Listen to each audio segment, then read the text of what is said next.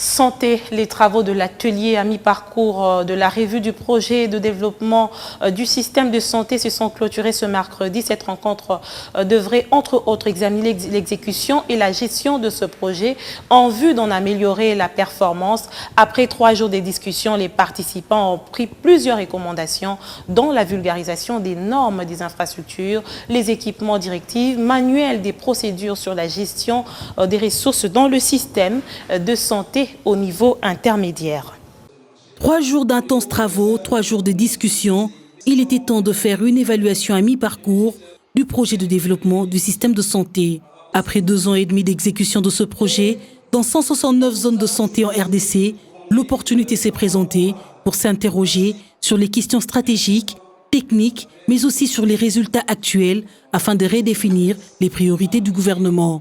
À l'issue de cette rencontre, il ressort que des avancées significatives ont été enregistrées dans l'utilisation de soins maternels et infantiles, bien qu'il y a également d'importants défis à relever, notamment au niveau de la gouvernance. D'améliorer la gouvernance, c'est-à-dire de manière particulière la gestion des ressources dédiées au projet.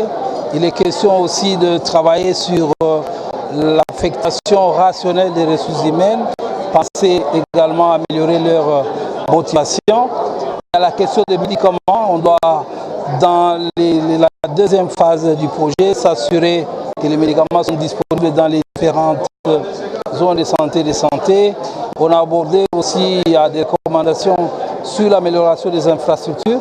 Déterminé à accompagner le pays dans l'atteinte de la couverture sanitaire universelle, le ministre de la Santé publique salue cette série de recommandations et appelle toutes les parties prenantes dans ce projet à la bonne gestion des financements pour ne pas se constituer un obstacle. Ces recommandations sont nombreuses, mais traduisent effectivement tous les défis auxquels nous devons encore faire face pour arriver à la couverture sanitaire universelle. C'est cela notre objectif.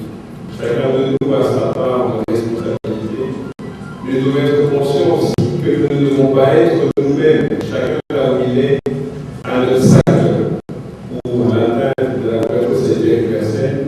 Les participants venus de 11 provinces du pays ont pris des engagements pour harmoniser les points de vue afin d'être plus réalistes qu'avant. Le PDSS est un projet du gouvernement financé par la Banque mondiale avec d'autres bailleurs comme l'USAID, le Fonds mondial et l'UNFPA.